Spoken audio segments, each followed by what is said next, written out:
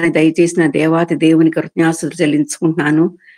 మరి ఇలాగ ప్రతి దినము ఉదయం లేచి మనం అందరం ఇలాగ దేవుని సన్నిధిలో ఆయన నామాన్ని కనపరచడానికి ఇచ్చిన గొప్ప భాగ్యం కొరకు దేవునికి వందనాలు, స్తుతులు, స్తోత్రాలు చెల్లించుకుంటున్నాను. మరి పోయిన వారము యేసు ప్రభువు పుట్టుకకు సంబంధించిన 3 స్థలములను గురించి ధ్యానించుకున్నాము.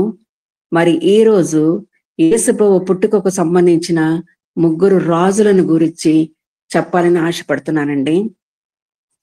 నిజమేనండి, అలోక రక్షకుడు పుట్టినప్పుడు ఎన్నో పరిస్థితులు, ఎంతో మంది రాజుల కింద ఆయన ఎంతో మరి పోరాటాలు, శ్రమలు, శోధనలు, ప్రయాణాలు చేసి మరి అన్ని పరిస్థితులు కూడా ఆ దేవాతి దేవుడు మరి ఆ శిశువుకు తోడుగా ఉండి ఈ రోజు వరకు మనము ఆయన నామాన్ని గణపరచడానికి, ఆయన స్తుతించడానికి, ఆయన్ను మహిమపరచడానికి దేవుడు మనకందరికీ గొప్ప భాగ్యాన్ని ఆయన దయచేశాడండి. మరి ఇక్కడ చూసినట్లయితే ఈ రోజు కూడా 3 రాజుల గురించి మేము ముందు పెట్టాలని ఆశపడతానండి. యేసు ప్రభు పుట్టిన సమయంలో 3 రాజులు. లూకా సువార్త 2వ అధ్యాయము 1 నుంచి 6వ వచనం మనం చూసినట్లయితే, కైసరు ఔగుస్తు వలన ఆజ్ఞ ఆయనను. ఇది ఏమి చేశారంటే, ఆయన జూలియస్ సీజర్ చనిపోయిన తర్వాత అగస్టస్ సీజర్ వచ్చి ఆజ్ఞ వేస్తారండి. ఇది ఒక రాజు ఆజ్ఞ. ఎందుకంటే అందరూ ఆ ఊర్లో ఉన్న వాళ్ళందరూ ప్రతి ఒక్కరు కూడా పన్ను చెల్లించాలా, వసూలు డబ్బులు రావాలా అని ఆయన ఒక ఉద్దేశం అన్నమాట. కాబట్టి మొదటి ప్రజా సంఖ్య యొక్క ఉద్దేశము డబ్బులు వసూలు చేయుట. ఈ రాజు అగస్టస్ ఒక లీగల్ ఫ్యాక్టర్. నాకు ఫ్యాక్టర్ అనేది తెలుగులో ఎట్లా తర్జుమా చేయాలో తెలియదండి, ఎవరన్నా ఉంటే కొంచెం సహాయం చేయండి. 3 విధములైన ఫ్యాక్టర్స్ ఈ రోజు నేను చెప్పాలని ఆశపడుతున్నానండి. ఈ అగస్టస్ ఏం చేస్తారంటే ఒక లీగల్ ఫ్యాక్టర్ ఒక ఫాలో చేస్తారన్నమాట. ఈయన ఇక్కడ అమలు చేస్తాడు. అది అందరికీ ఫాలో అవ్వాల్సిందే. ప్రతి ఒక్కరు ఎవరెవరు ఆ ఊర్లో ఉంటారో అందరూ దాని గురించి ఫాలో అవ్వాల్సిందే. ఆ రాజు పెట్టిన ఒక ఆజ్ఞ, ఆ లీగల్ ఫ్యాక్టర్ గురించి. దీని ప్రధాన ఉద్దేశం ఏంటంటే అందరూ పన్ను వసూలు చేయాలా, డబ్బులు కట్టాలా గవర్నమెంట్ కి. ఇక్కడ దేవుని యొక్క ప్రణాళిక మనం చూస్తున్నాము. ఆయన తన బిడ్డల విషయంలో తన ప్రణాళికలను ఆశ్చర్యకరంగా నెరవేరుస్తాడండి. ఎందుకంటే 2వ సమూయేలు గ్రంథము 24వ అధ్యాయము 24వ వచనంలో దావీదు యెహోవా నామమున ఒక బలిపీఠమును కట్టెను, దహన బలులను సమాధాన బలులను అర్పించినని మనం అక్కడ చూస్తున్నాము. కానీ అది దేవుని యొక్క ఉద్దేశము కాదండి. ఇదే మనం 2వ దినవృత్తాంత గ్రంథము 3వ అధ్యాయము 1వ వచనమును మనం చూసినట్లయితే, మోరియా పర్వతమందు దావీదు సిద్ధపరిచిన స్థలమున యోబుసీనుడైన బర్నాను కళ్ళమునందు దావీదు ఏర్పరిచిన స్థలమున యెహోవాకు ఒక మందిరమును కట్టనారంభించెను. అదే విధముగా మరి ఎస్తేరు గ్రంథంలో మనం చూస్తున్నామండి. మరి ఎస్తేరు మరి ఎందు నిమిత్తమే దేవుడు మరి ఆమె రాజభవనంలో ప్రవేశించాడో, మరి ఆమె ద్వారా ఆ యూదులందరూ కూడా ఎలాగ రక్షింపబడతారో అది దేవుని యొక్క ప్రణాళిక అండి. అలాగే ఆ రోజుల్లో కూడా మరి దేవాది దేవునికి ఒక ప్రణాళిక, ఒక ముఖ్యమైన ఒక అవసరం ఆయనకి ఏర్పడిందండి. ఒక కన్యక ఆయన కావాలనుకున్నాడండి. కాబట్టి ఒక కన్యక అవసరమైంది. దేవుడు చూస్తాడు. చట్ట ప్రకారముగా దావీదు వంశంలో మత్తయి సువార్త 1:20లో యోసేపు దావీదు కుమారుడా అని దేవునికి తెలుసు. ఆ ఆజ్ఞ ప్రకారము అతడు దావీదు వంశంలో పుట్టినందున వారి వారి ఊర్లకు వాళ్ళు వెళ్తారండి. అందుకే యోసేపు బయలుదేరతాడు. ఇదే మనం చూసినట్లయితే లూకా సువార్త 2వ అధ్యాయం 5వ వచనంలో గలిలయలోని నజరేతను పట్టణం నుండి యూదయలోని బెత్లెహేము అనబడిన దావీదు ఊరికి వెళ్ళెను. అంటే ఈ గర్భంలో ఉన్న స్త్రీని అక్కడక్కడికి తీసుకుని వెళ్ళటకు ఇంకా ఆయనకి తప్పలేదండి యోసేపు గారికి. కాబట్టి ప్రసవ దినములు నిండిన కుమారుని తీసుకుని ఆమెని పోయినప్పుడు మరి ఆమె అక్కడ ప్రసవ దినములు నిండినట్టు మనం చూస్తున్నాము. పొత్తి గుడ్డలతో చుట్టి సత్రంలో స్థలము లేనందున పశువుల తొట్టిలో పరుండబెట్టడం కూడా మనం కూడా చూస్తున్నామండి. ఇటువంటి పరిస్థితుల్లో దేవుని హస్తము, ఆయన కాపుదల, ఆయన ప్రణాళిక మనం ఇక్కడ చూడగలుగుతున్నామండి. నిజమేనండి, తను నమ్ముకున్న బిడ్డల విషయంలో ఎన్ని ప్రయాణాలైనా, ఎన్ని సమస్యలైనా ప్రతి నిమిషము ప్రతి గడియ ఆయన తన బిడ్డలతో ఉండి ఎలాగ నడిపించాలా, ఎలాగ ఆయన ఆశ్రయించాలా, ఎలాగ తన కాపుదల మనకు అవసరమై ఉంటుందో ప్రతి విషయంలో ఆయన మనకు తోడు నీడగా ఉంటాడండి. అదే మొట్టమొదటిగా మనం చూసినట్లయితే మత్తయి సువార్త 2వ అధ్యాయము 1-8 మనం చూసినట్లయితే హేరోదు రాజు, ఇక్కడ ఇంకొక రాజు వస్తారండి, హేరోదు రాజు. యేసు ప్రభు హేరోదు రాజుగా ఉన్నప్పుడు పుట్టినాడు. అసలే ఒక రాజు ఉన్నాడు, కానీ ఆయన పరిపాలనలో కూడా ఒక రాజు పుడతాడండి. అగస్తు ఏం చేస్తారంటే, ఈ అగస్తు మొట్టమొదటి రాజు అగస్తు ఏం చేస్తారంటే ఒక లీగల్ ఫ్యాక్టర్ ఆయన అమలు చేస్తాడు. కానీ హేరోదు రాజు ఏం చేస్తారంటే ఒక పవర్ ఫ్యాక్టర్ ఈయన అమలు చేస్తాడు. ఏం పవర్ అంటే, హేరోదు చాలా అధికారం గలవాడండి. యేసును చంపవలనని ప్లాన్, పవర్ అన్ని ఆయన యూజ్ చేస్తాడు. మన జీవితంలో కూడా దేవుని శక్తితో సాతాని శక్తితో మనకి ఎప్పుడు పోరాటమే, మన ప్రాణమనంత వరకు. కానీ ఈ క్రిస్మస్ ఏం చెప్తుందంటే, మనకి ఏమి హెచ్చరిస్తుందంటే, హేరోదు కన్నా గొప్ప శక్తిమంతుడు మనలో ఉన్నాడు. మీలో ఉన్నవాడు లోకంలో ఉన్న వాని కంటే గొప్పవాడు. కాబట్టి మన శరీరమునకును ఆత్మకును ప్రతి దినము పోరాటమే. కాబట్టి మనము ఇక్కడ చూసినట్లయితే మత్తయి సువార్త 2వ అధ్యాయం 8వ వచనంలో ఆయన ఈ హేరోదు రాజు ఏం చేస్తారంటే శాస్త్రులను పిలిపించి నాకు వచ్చి చెప్పండి అని చెప్తాడు ఆయన. దీని గురించి హేరోదుకి తెలుసండి. కానీ యేసు హేరోదు పరిపాలన పుట్టినా కూడా గొర్రెలకు ప్రత్యక్షమవుతాడు. బెత్లెహేమునకు వచ్చి ఆ సంగతి అంతా వాళ్ళు స్ప్రెడ్ చేస్తారు.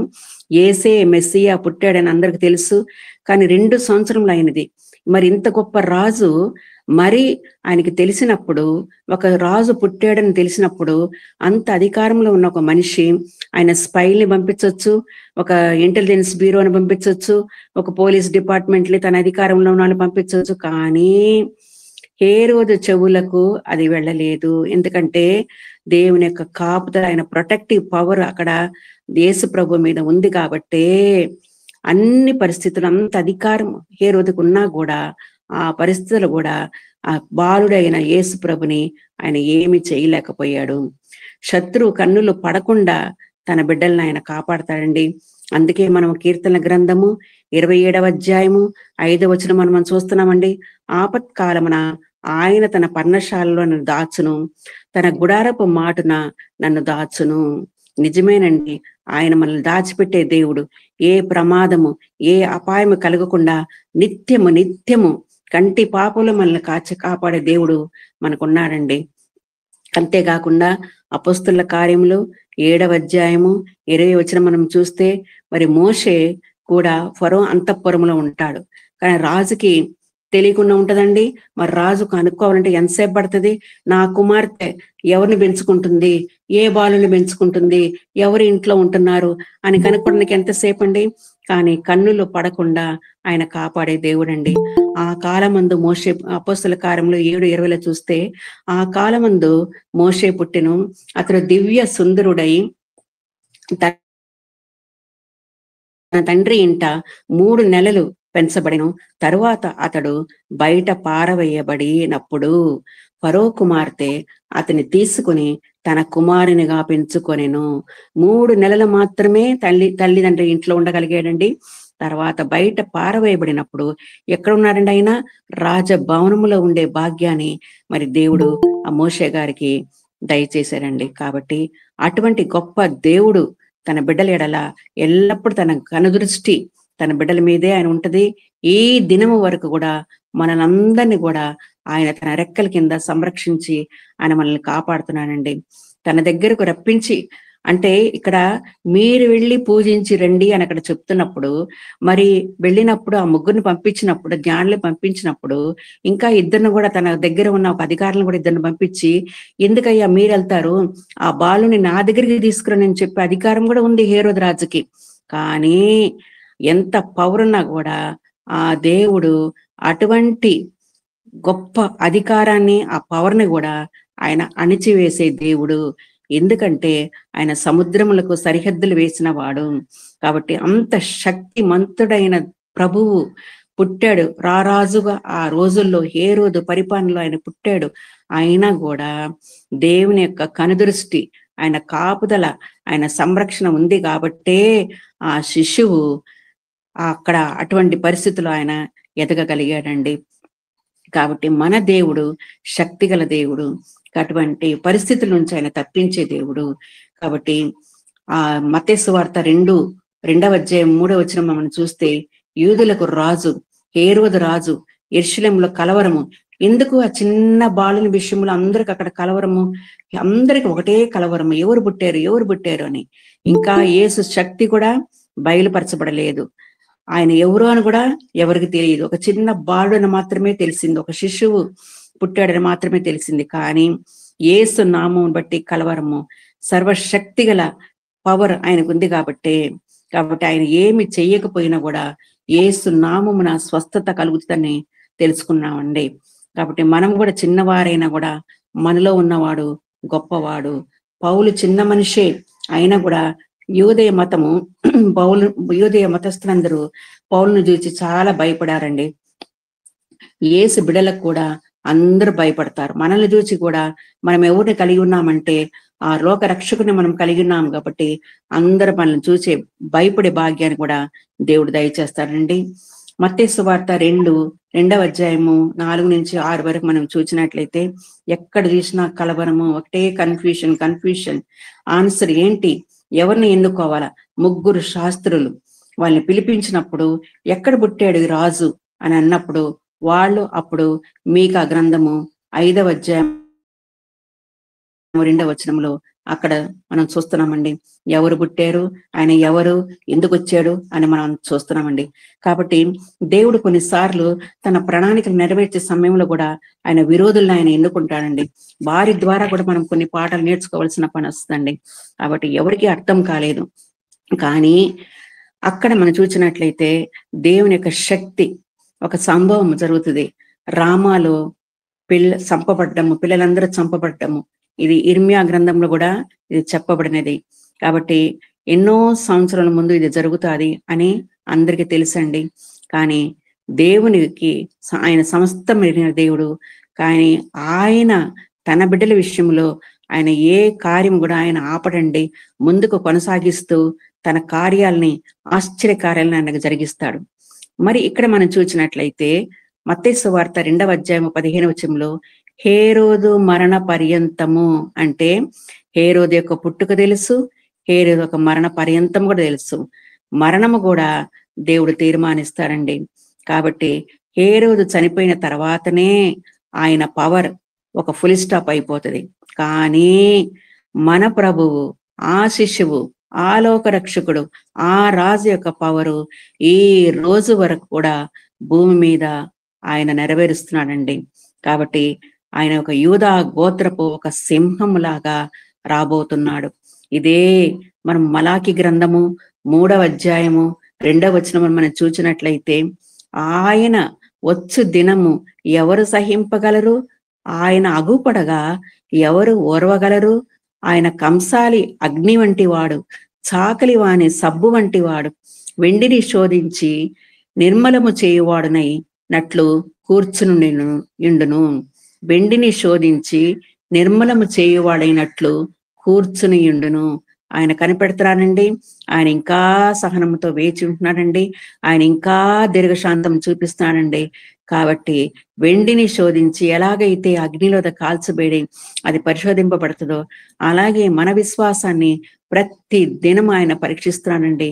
తగిన సమయంలో మనల్ని హెచ్చించి తన బిడ్డలుగా, తన సొత్తుగా మనల్ని చేసుకొని ఇంతవరకు జీవమునిచ్చి ఆరోగ్యం ఇచ్చి నడిపిస్తున్న ఆ లోక రక్షకుడండి. కాబట్టి అక్కడ మలాకి గ్రంథంలో చెప్పబడింది ఈ మాటలు. దాని తర్వాత ఫస్ట్ మనం అగస్తుని చూసాము, తర్వాత హేరోదు రాజు చూసామండి.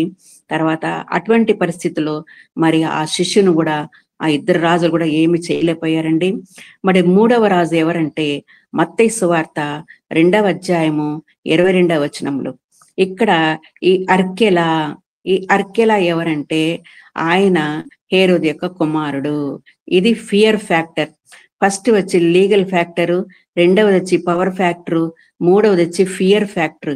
ఈ అర్కిల ఒక ఫియర్ ఫ్యాక్టర్ అండి. కానీ ఈయన ఏమి చేయలేదు, ఈయన ఏమి మాట్లాడలేదు, కానీ యోసేపు కానీ భయపడ్డాడు. ఆ ప్రదేశమునకు వెళ్ళవెరచి అని మనం అక్కడ చూస్తున్నామండి. కాబట్టి అది మనకు జరిగినా జరగకపోయినా కొన్నిసార్లు మనము ఒక మనుషులను చూసినప్పుడు, మన అధికారులు చూసినప్పుడు వాళ్ళు వేసే చట్టాలు చూస్తే మనకెంతో భయంగా ఉంటుందండి. కాబట్టి ఎన్ని సమస్యలు వచ్చినా నేను మిమ్మల్ని రక్షించుటకు సమర్థుడని మన ప్రభు మనకున్నాడు. కాబట్టి మన దేని గురించి కూడా మనం భయపడనక్కర్లేదండి. మరి ఆ రోజుల్లో మరి పాపం ఆ యొక్క యోసేపు గారు ఆ మరియమ్మని ఆ శిశువుని తీసుకుని మరి అక్కడ వెళ్ళవెరచి అని మనం కూడా చూస్తున్నాము. 12 సంవత్సరం వాళ్ళు నజరేతులో ఉన్నారండి. కానీ తన తల్లిదండ్రులకు లోబడి ఆయన జీవించాడు. ఇక్కడ మనం చూసినట్లయితే అందుకే మనము ఎంత భయపడినా కూడా, ఎవరి కింద మనం ఉన్నా కూడా మనం దేనికి భయపడనక్కర్లేదండి. యేసు ప్రభు మనకు చెప్పాడు, నా సమాధానాన్ని నేను మీకు ఇస్తున్నాను, లోకం ఇచ్చినట్టు కాదు, నేనిచ్చే సమాధానము, నేనిచ్చే శాంతి అంటున్నాడు. నిజమేనండి, ఎన్నో రకాలు ఉన్నాయండి సంతోషం సమాధానం పొందుకోవడానికి. కానీ ఆయనిచ్చే సమాధానము, ఆయనిచ్చే శాంతిని మనం కలిగి ఉంటేనే లోకంలో మనం ధైర్యముగా నిబ్బరముగా మనం ఈ లోకంలో మనం జీవించగలమండి. కాబట్టి అక్కడ మత్తయి సువార్త 2వ అధ్యాయం 23వ వచనంలో దేవుని చేత బోధింపబడిన వాడే, దేవుని చేత బోధింపబడిన వాడే ఆయన ఎక్కడికి వెళ్తాడండి? నజరేత్ అనే పట్టణానికి ఆయన వస్తాడండి. కాబట్టి అక్కడ వెళ్ళవెరచి, అర్కేలా అని ఒక రాజు ఉన్నాడు అని భయపడి వెళ్ళవెరచి అక్కడికి పోకుండా నజరేత్ అనే ఊరికి ఆయన వస్తారండి. కాబట్టి మనం కూడా దేనికి కూడా మనం పరిగెత్తనవసరం లేదు, దేనికి కూడా మనం భయపడనక్కర్లేదండి. ఎన్ని ఆయన తొలగిస్తారండి. ఆయనకు ఉద్దేశాలు, ఆయనకు ప్రణాళికలు, ఆయనకు వాగ్దానములు ఆయన నెరవేర్చే దేవుడండి. కాబట్టి ఇక్కడ మన మన దగ్గర యేసు ప్రభు ఆయన ఈ లోకంలో వచ్చినప్పుడు మరి 3 రాజులు, మొట్టమొదటి రాజు అగస్తు, రెండవ ఆయన హేరోదు, మూడవ ఆయన అర్కెల. ఈ 3 రాజులు ఉన్న పీరియడ్ లో మరి ఆ శిశువు పుట్టడము, మరి ఆ యోసేపు మరియలు ఎంతో ప్రయాణం చేసి మరి అన్ని తప్పించుకొని ఒక్కొక్క విషయంలో దేవుని యొక్క కాపుదలను భద్రతను వాళ్ళు పొందుకుంటూ వాళ్ళకు ముందుకు కొనసాగారు. కానీ వాళ్ళిద్దరు మాత్రము వెనక్కి తిరగలేదండి. ఎందుకంటే దేవుని యొక్క ప్రణాళికలు వారి జీవితంలో నెరవేరాలని. కాబట్టి ఇక్కడ మనము ఈ రోజు పాఠంలో మనం ముఖ్యంగా నేర్చుకోవాలి ఏంటంటే, దేవుడు కూడా యేసు ప్రభు కూడా మన దగ్గర ఆయన ఏమి ఎదురు చూస్తున్నాడంటే, మత్తయి సువార్త 2:2లో ఈ రాజు ఎక్కడా, శాస్త్రులు మరి 2 రోజులకు ప్రయాణము, ఇంతకు ముందు చూడని దేశము వాళ్ళు దాటి వచ్చారండి. ఎన్ని ఎత్తు పల్లాలైనా కూడా వాళ్ళ ప్రదేశాన్ని దాటుకొని వాళ్ళ ముందుకు కొనసాగి మరి ఆ రాజును చూడడానికి వాళ్ళు ప్రయాణం చేశారండి. కాబట్టి నేను కూడా ప్రభువానైనా, ఎల్లవేళలా ప్రభువానైనా, లోకములో నేను జీవించినంత కాలము ప్రభా, ఎన్ని సమస్యలు వచ్చినా, ఎన్ని పరిస్థితులు వచ్చినా కూడా ప్రభా, ఎల్లవేళలా తండ్రి నాయన నువ్వు చేసిన మేలు తలపోసుకుంటూ తండ్రి నాయన ఇంకా ఎక్కువగా ప్రభా నీకు కృతజ్ఞతలు చెల్లించుతూ ప్రభా, నా యొక్క విశ్వాసాన్ని అభివృద్ధి పరచుకుంటూ తండ్రి ఇంకా ఎక్కువగా ప్రభా ముందుకు కొనసాగే భాగ్యాన్ని నాకు దయచేయి ప్రభా అని మనము ఎల్లప్పుడూ మనం ప్రార్థన చేయాలండి. రెండవదిగా మత్తయి సువార్త 2వ అధ్యాయం 9వ వచనంలో రాజు మాట విని బయలుదేరుచుండగా, అంటే ఆ యొక్క జ్ఞానులకి ఒక ప్రాజెక్ట్, ఒక పని అప్పగింపబడింది. ఆ పని అప్పగింపబడినప్పుడు వాళ్ళు భయపడలేదండి. వాళ్ళు ముందుకే కొనసాగారు. సరే ఈ పని చేసి చూద్దాము, ముందుకు పోదాము, ఎన్ని శోధనలు వచ్చినా కూడా ఈ పని చేయడానికి మనం ముందుకు కొనసాగదామని వాళ్ళు ముందుకే పోయారు. ఆ నక్షత్రము ఎక్కడైతే వాళ్ళని నడిపించిందో అంత దూర ప్రయాణం వాళ్ళు చేశారండి. ఎందుకంటే రారాజుగా పుట్టిన యేసు ప్రభుని చూడడానికి వాళ్ళ యొక్క ప్రయాణాన్ని వాళ్ళు కొనసాగించారండి. కాబట్టి మన జీవితంలో కూడా ఎన్నో ఆటంకాలు, ఎన్నో పోరాటాలు, ఎన్నో సవాళ్లు మనకు వచ్చినా కూడా మన దృష్టి ఎల్లప్పుడూ ఆయన మీద ఉంచితేనే నిబ్బరమైన మనసుతో దేవుని యొక్క శక్తిని మనం ఆశ్రయిస్తూ ముందుకు కొనసాగే భాగ్యాన్ని దేవుడు మనకి దయచేస్తాడండి. మూడవదిగా మనం చూసినట్లయితే ఆ శిశువును సంహరింపవలనని ఆయనను వెదకబోచున్నాడు. ఎన్ని పరిస్థితులు చూడండి. మరి ఐగుప్తులోనికి పారిపోవడానికి కారణం తెలియలేదు, కానీ దేవుడు యోసేపుతో మాట్లాడినప్పుడు కూడా ఆయన దేవుని మాటకు లోబడ్డాడు. లోబడిన జీవితం అండి. కాబట్టి తన ప్రణాళికలను తన బిడ్డలకు ఆయన తప్పకుండా ఆయన నెరవేరుస్తాడండి. కాబట్టి మొట్టమొదటిగా ఈ యొక్క ముగ్గురు రాజులు పీరియడ్ లో మరి యేసు ప్రభు జన్మించినప్పుడు మొట్టమొదటిగా మనము యోసేపు మరియ ద్వారా ఆ యొక్క ఈ 3 రాజుల ద్వారా మనం నేర్చుకోవాల్సిన పాఠం ఏంటంటే, ముఖ్యంగా ఎన్ని పరిస్థితులు వచ్చినా కూడా మన ప్రయాణాన్ని మనము దేవుని మీద పెట్టి ముందుకు కొనసాగాలండి. రెండవదిగా మనం చూసినట్లయితే దేవుడు మనకి ఏ పని అప్పగించినా కూడా దాని విశ్వాసముతో దేవుని మీద భారం పెట్టి ముందుకు కొనసాగాలండి. ఎట్టి పరిస్థితిలో కూడా మనం వెనుకంజ వేయకూడదు. మూడవదిగా మనము ఏమి చేయాలంటే దేవుని మాటకు మనము లోబడాలండి. దేవుని మాటకు లోబడినప్పుడే అన్ని పరిస్థితుల్లో దేవుడు మన జీవితాలకి జయ జీవితాన్ని ఆయన మనకు దయచేస్తాడండి.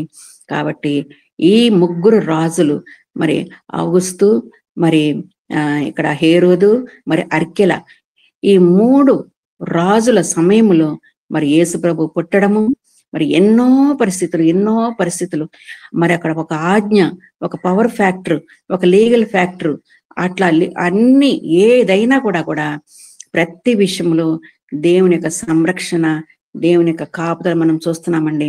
అందుకే ఆ లోకరక్షకుని మనం ఈ రోజు వరకు మనము ధ్యానించగలుగుతున్నాము. ఆయన నామాన్ని మహిమపరచగలుగుతున్నాము.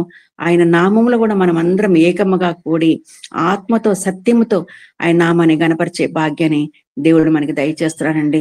కాబట్టి మనం కూడా ఇటువంటి రోజుల్లో మనం జీవిస్తున్నప్పుడు ఎన్ని ఆజ్ఞలు, ఎన్ని చట్టాలు ప్రతి ఒక్క దేశములో, ప్రతి ఒక్కరు, కొంతమంది కొన్ని ప్రదేశాల్లో, కొన్ని ఊర్లలో మంత్రులు ఉంటారు, చీఫ్ మినిస్టర్ ఉంటారు, ప్రెసిడెంట్స్ ఉంటారు, కొన్ని అరబ్ కంట్రీస్ లో రాజులు ఉంటారు.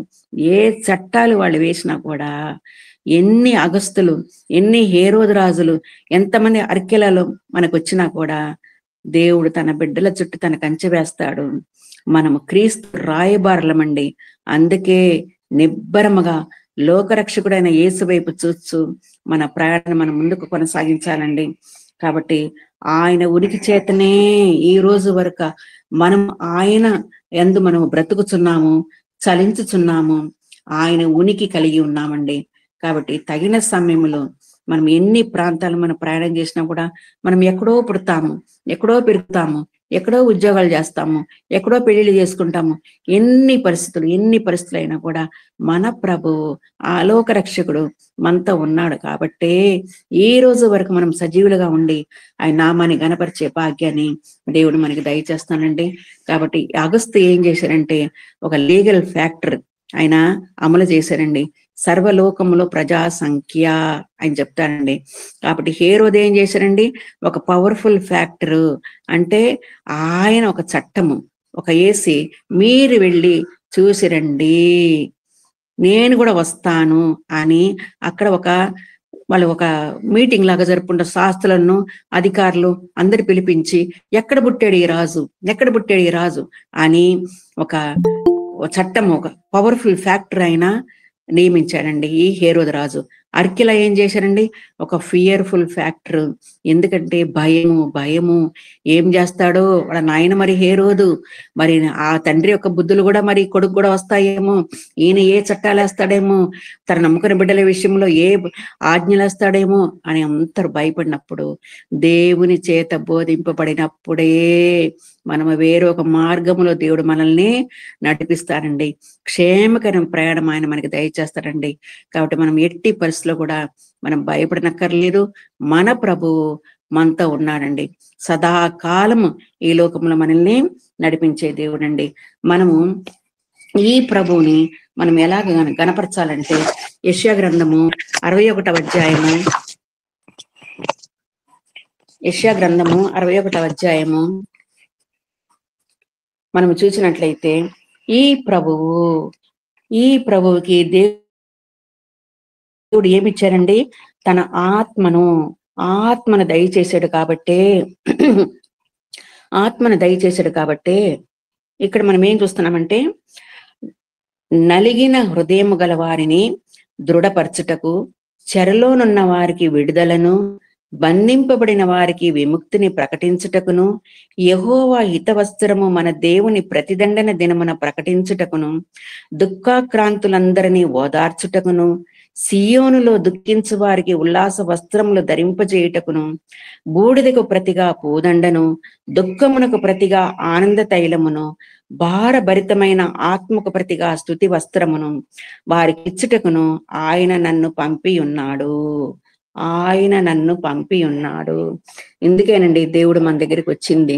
ఆయన ప్రణాళికలు ఆయన నెరవేర్చడానికి, ఎన్ని పనులు చేయడానికి ఆయన ఈ లోకానికి వచ్చారండి.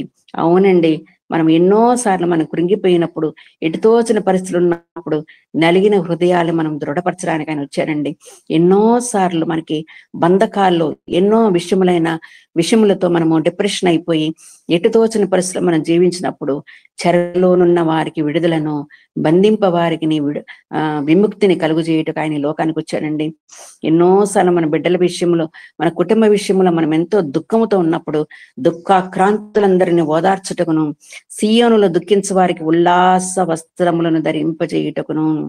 ఉల్లాస వస్త్రములు నిజమేనండి, ఆయన కలిగినప్పుడే మన హృదయాల్లో సంతోషము, సమాధానం అండి. లోకం వైపు చూస్తే మనం ఎప్పుడో కృంగిపోయే వాళ్ళమండి. కాబట్టి ఆ శిశువు వైపు చూచినప్పుడే గొప్ప సంతోషము, ఆనందము మనం పొందగలమండి. ఆయన మనకిచ్చే ఆశీర్వాదాలు ఏందండి? బూడిదకు ప్రతిగా పూదండను, దుఃఖమునకు ప్రతిగా ఆనంద తైలమును, భారభరితమైన ఆత్మకు ప్రతిగా స్తుతి వస్త్రమును వారికి ఇచ్చుటకు ఆయన నన్ను పంపి ఉన్నాడు. అందుకేనండి ఆయన ఈ లోకానికి వచ్చాడండి. ఇంతవరకు, ఈ రోజు వరకు ఆయన నామాన్ని గణపరుస్తూ, ఆయన సేవిస్తూ, ఇంకా ఎక్కువగా ఆయనలో మనం బలపడి జీవించే భాగ్యాన్ని మరి పరిశుద్ధాత్మ దేవుడు మనకి దయచేస్తానండి. కాబట్టి మనం కూడా ఈ లోకంలో జీవిస్తున్నప్పుడు ఎన్నో చట్టాలు, ఎంతో మంది అధికారంలో మనం ఉన్నప్పుడు, ఎంతో మరి క్రైస్తవులు కూడా మనం చూస్తున్నామండి. ఈ లోకంలో ఎంతో మంది హింసింపబడుతున్నారు.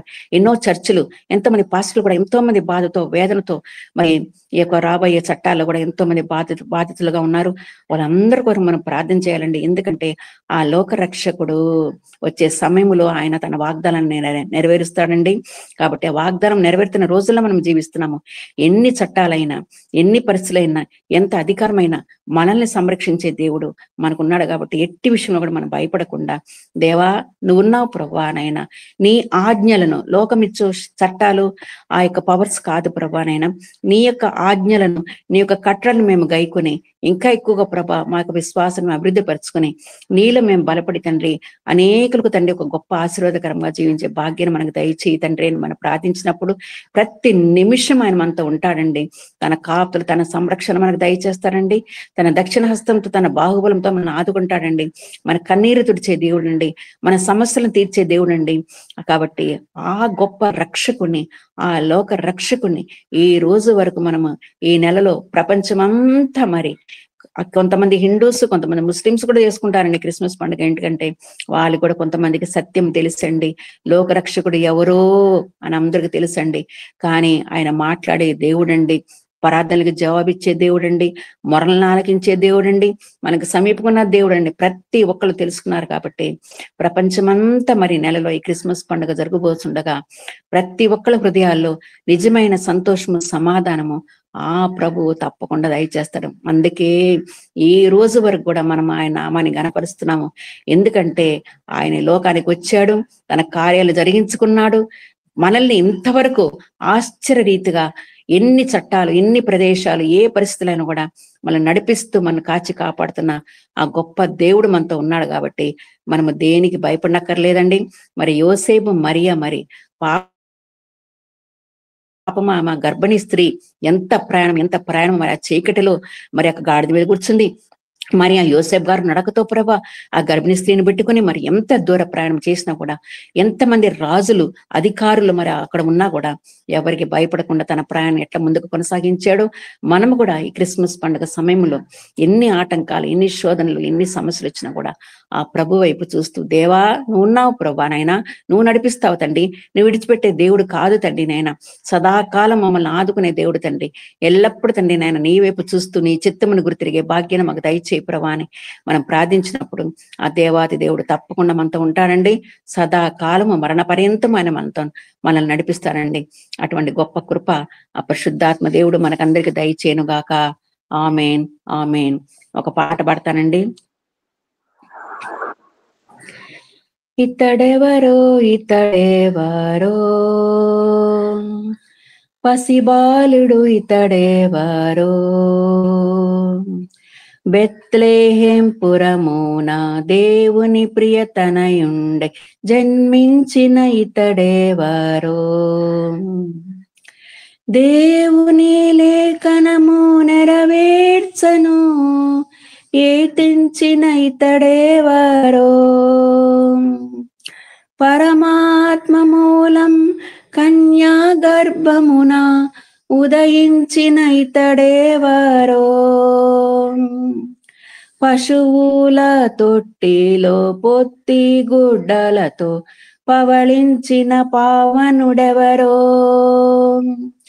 ఇతడెవరో ఇతడెవరో పసిబాలుడు ఇతడెవరో, బెత్లెహేం పురమున దేవుని ప్రియతనయుండే జన్మించిన ఇతడెవరో, వేంచేసిరి జ్ఞానులు పూజించుటకై రారాజు ఇతడెవరో, కొనియాడిరి పరమందు దూతల సైన్యం మహిమోన్నతితడెవరో, దీనుల గొల్లలకై సువర్తమానముగా అరుదించిన కొమరుండెవరో, ఇతడేసు ఇతడేసు ఈ బాలుడు క్రీస్తేసు, బెత్లెహేం పురమున దేవుని ప్రియతనయుండే జన్మించిన ఇతడేసు, విడిపించును తన ప్రజలను పాపము నుండి రక్షకుడు ఇతడేసు,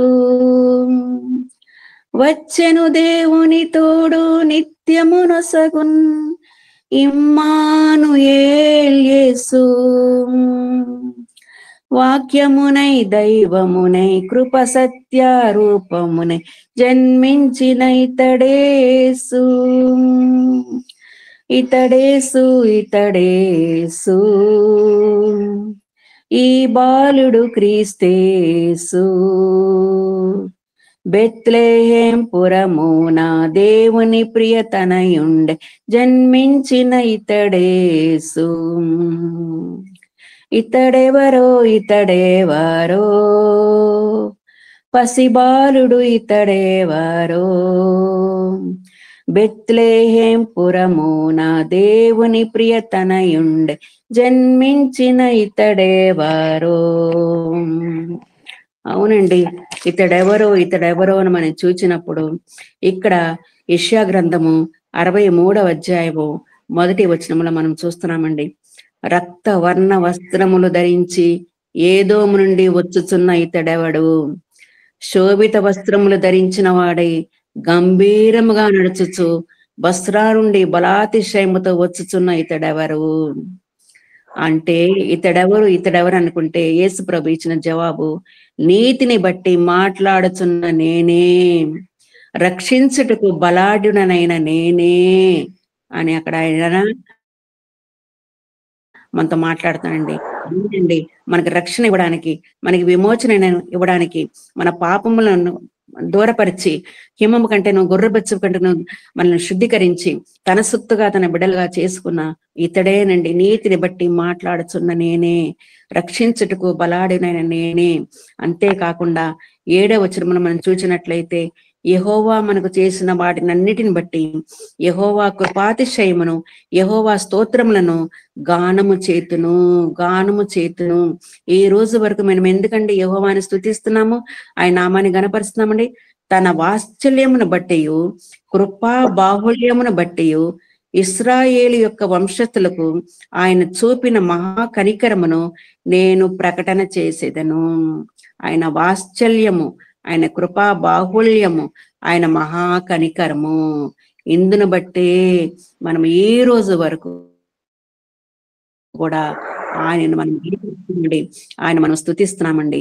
కాబట్టి ఇతడెవరు అన్నప్పుడు ఆయనే రక్షించుటకు బలాఢ్యుడని నేనే, విమోచించుటకు వచ్చిన వాడను నేనే, నీతిను దక్షిణ హస్తముతో మిమ్మల్ని ఆదుకుంటానని చెప్పిన అతడు ఆయనే. మీరు భయపడకుడి, భీతి మీ దగ్గరకు రానే రాదు అని చెప్పిన ఇతడేనండి మనల్ని ఈ రోజు వరకు మనం నడిపిస్తూ తన దక్షిణ హస్తంతో తన బాహుబలంతో మనల్ని ఆదుకొని ఆదరిస్తున్న ఇతడేనండి లోకరక్షకుడైన యేసు ప్రభు అండి. ఎన్నో పరిస్థితులు తన పుట్టుక సమయంలో వచ్చినా కూడా మరి ఈ రోజు వరకు దేవాతి దేవుడు అన్ని తప్పించి మరి ఆ బాలుణ్ణి మరి ఈ లోకములో మన కొరకు ఒక శిశువుగా రారాజుగా ఉన్నాడు. ఆయన త్వరలో రాబోతున్నాడండి. ఆయన ఎదుర్కొనే శక్తి ఈ క్రిస్మస్ పండుగలో మనం ఇంకా ఎక్కువగా ఎటువంటి క్రిస్మస్ మనం చెయ్యాలా, ఎటువంటి ఆధ్యాత్మికమైన క్రిస్మస్ మనం చెయ్యాలా అని మనం తెలుసుకుని ఆ పరిశుద్ధాత్మను మనం ఎలాగ సంతోషపరచాలా, ఎలాగ ఆయనకి చెందవలసిన మహిమను మనం చెల్లించాలని మనం తెలుసుకున్నట్లయితే అప్పుడే అది ఒక నిజమైన ఆధ్యాత్మిక క్రిస్మస్ పండుగ ఉంటుందండి. ఆచారనీతికి మనం కాకుండా ఇతడెవరో అని మనం తెలుసుకుంటేనే ఆత్మతో సత్యంతో ఆయన మనం ఆరాధించగలమండి. అటువంటి ప్రయాణాలు కూడా మనం చేయగలమండి. ఎన్ని ఒడిదుడుకులు మన జీవితం మనం వచ్చినా కూడా, ఎన్ని చట్టాలు వచ్చినా కూడా, ఎంతమంది రాజులు అధికారులు వచ్చినా కూడా ముందుకు కొనసాగే భాగ్యాన్ని ఆ పరిశుద్ధాత్మ దేవుడు మనకందరికి దయచేయునుగాక. Amen, amen, amen, amen, amen. యేసు జననము జరిగినప్పుడు ముగ్గురు రాజులు సర్వలోకమునకు ప్రజాసంఖ్య వ్రాయించడానికి, పన్నులు విధించడానికి చట్టము చేసిన రాజు.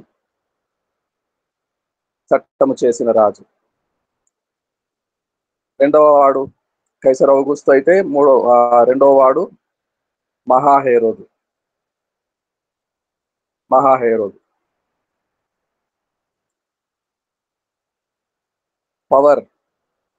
పవర్ఫుల్ కింగ్, అధికారము చూపిన వాడు. అధికారము యేసును చంపుటకు, పసిబాలుడు యూదుల రాజుగా పుట్టాడని పసిబాలుని చంపటానికి పవర్ చూపిన వాడు. మూడో వాడు ఫియర్ ఫ్యాక్టర్, భయము.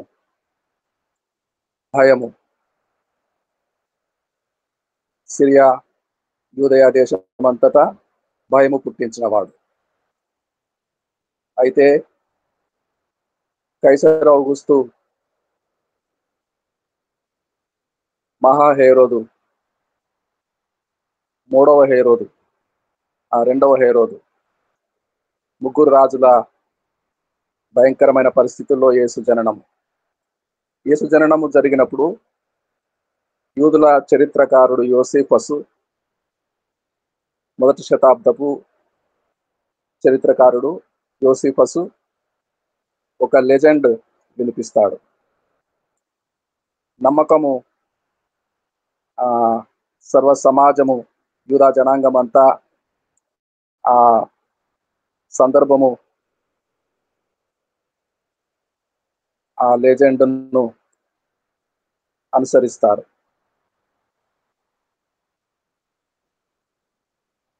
ఐగుప్తునకు పారిపోయినప్పుడు శిశువు తల్లిని వెంటబెట్టుకొని దేవదూత చేత, గబ్రియేలు చేత స్వప్నమందు బోధించబడిన వాడై ఐగుప్తునకు వెళ్ళు, ఐగుప్తులో నుండి నా కుమారుని పిలిచితినని లేఖనము నెరవేరినట్లుగా ఇది జరిగెను. ఐగుప్తునకు వెళ్ళేటప్పుడు కొండలు, గుహలు, రహస్యముగా పారిపోవుట తటస్థించింది. కొండలు, గుహలు దాటుతున్నప్పుడు రాత్రి కాలము ప్రయాణము, చలి జాము, ఎముకలు కొరికే చలి.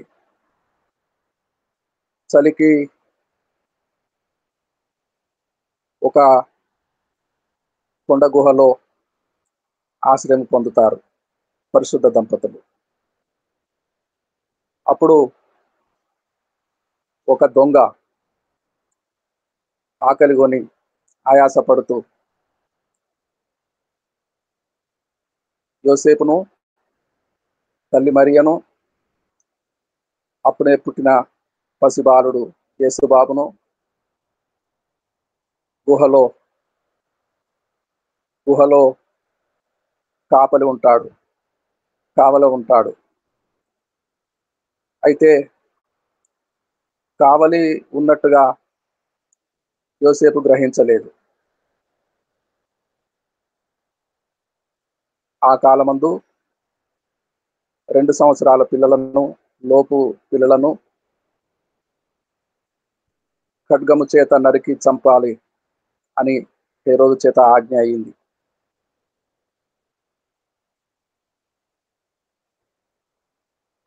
ఆ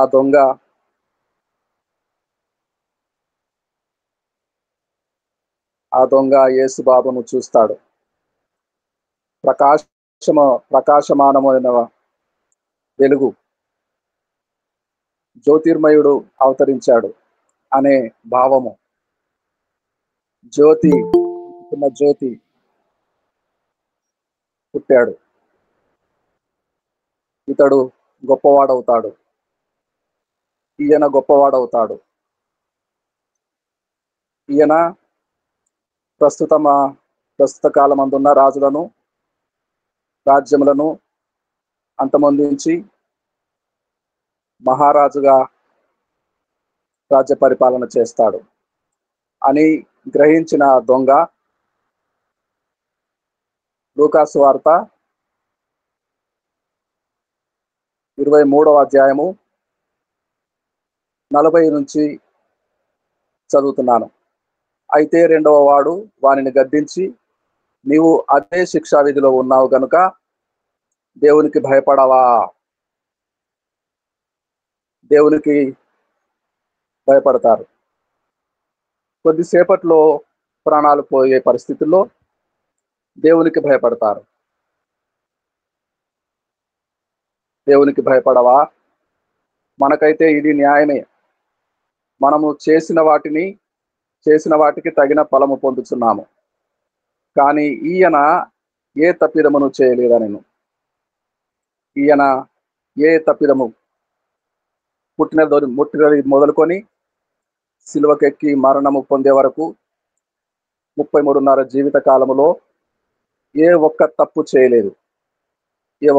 చేయలేదు. ఏ తప్పుదేములు చేయలేదు అని ఆయనను చూచి, యేసు, నీవు నీ రాజ్యములోనికి వచ్చినప్పుడు నన్ను జ్ఞాపకం చేసుకునమా. నేను ఆయన రాజ్యం ఉన్నదని, ఆయనకు ఒక రాజ్యం ఉన్నదని, ఆయనకు ఉన్న రాజ్యములోనికి వస్తాడని,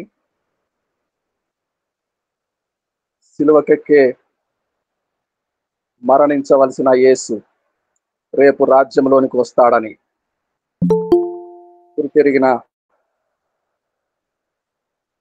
తెలుసుకున్న దొంగ, యేసు, నీవు నీ రాజ్యంలోనికి వచ్చినప్పుడు నన్ను జ్ఞాపకం చేసుకునిమా నేను. అందుకు ఆయన వానితో, నేడు నీవు నాతో కూడా పరదేశంలో ఉండువు. నా రాజ్యము తర్వాత వస్తుంది. ఇప్పుడే ఈ క్షణమందే నేడు నువ్వు నాతో కూడా పరదేశంలో ఉండువు. పరదేశంలో గొప్ప రిసెప్షన్ సభ. యేసు క్రీస్తు ప్రభుల వారు రక్షణ కార్యం అనరించి ఆయన ప్రజలను వారి పాపము నుండి ఆయన రక్షించును గనుక యేసు అను పేరు పెట్టుదువు అని చెప్పబడిన ప్రకారము రక్షణ కార్యం అనరించి, పాపములకు ప్రాయశ్చిత్తం అనరించి పరదేశులో ప్రవేశిస్తున్న ప్రభుల వారికి సన్మాన సభ. దూతలు సంబరపడిపోతున్నారు. కోలాహలముగా ఉండెను పరదేశు. అప్పుడు యేసురాజు కొరకు స్వాగతించవలసిన సందర్భము. ఆగండి, మరొక కిరీటం ఉన్నదా? మహిమ కిరీటము, మరొక పూలమాల ఉన్నదా? ఎవరికి ప్రభువా? ఎవరికి యేసయ్యా? ఎవరికి యేసు? ఇదిగో నాతో కూడా ఉన్న నా స్నేహితునికి. అప్పుడు ఒదిగిపోయి వెంట అనుసరిస్తున్న సిలువ మీద వేయబడిన దొంగ, నేడు నీవు నాతో కూడా పరదేశంలో ఉండు అని చెప్పిన, అభయమిచ్చిన ఆ దొంగకు పరలోక రాజ్యము, పరదేశులో ఉండే, యేసయ్యతో ఉండే, యేసు ప్రభువుల వారితో ఉండే మహాభాగ్యము దక్కలేదా? దేవునికి స్తోత్రము కలుగునుగాక. గుహలో ఐగుప్తునకు పారిపోయే సందర్భములో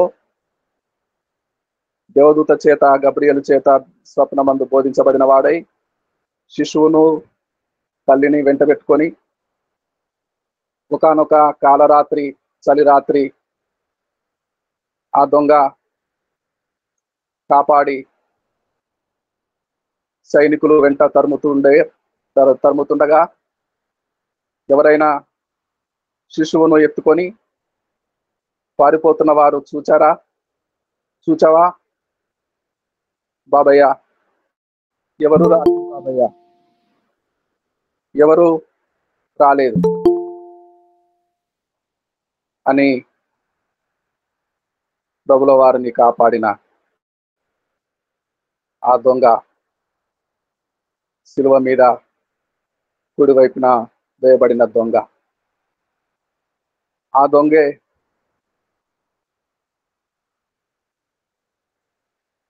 శిలువ మీద వేయబడిన దొంగగా యోసిఫస్ గారు లెజెండ్ ప్రచారము చేయబడింది.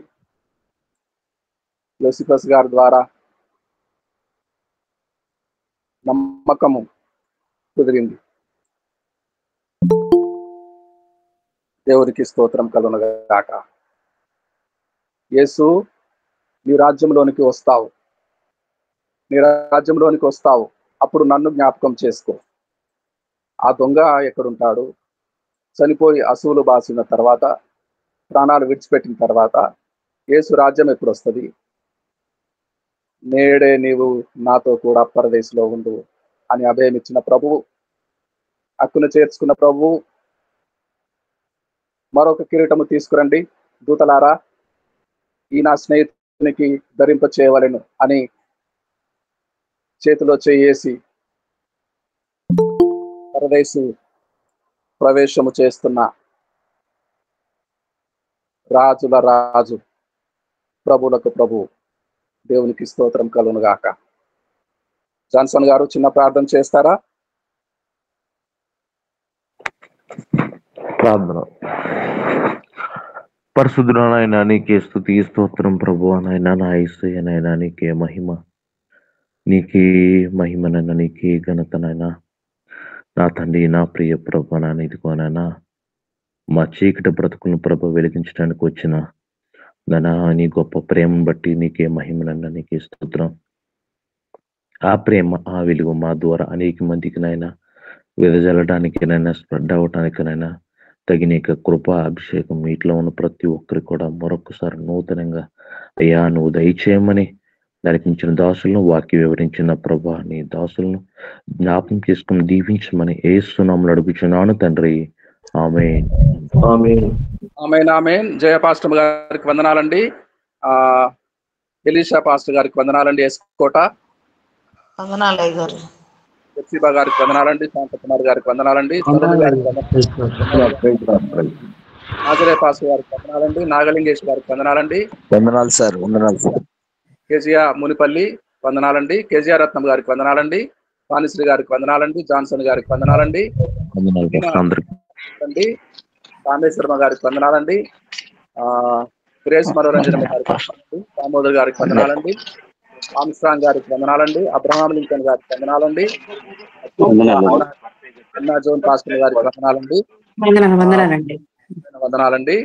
ఇప్పుడు మన తండ్రి అయిన దేవుని ప్రేమ, రక్షకుడు యేసు క్రీస్తు ప్రభుల వారి కృపా కనికరములు, పరిశుద్ధాత్మ దేవుని అన్యోన్య సహవాసము ఇప్పుడును సదాకాలము సార్వత్రిక సంఘములో చేరిన సకల పరిశుద్ధులకు, లుకింగ్ అంటు జీసస్ గూగుల్ మీట్ లో కలుస్తున్న ప్రతి కుటుంబమునకు సర్వదా సదాకాలము తోడై ఉండును గాక. ఆమేన్.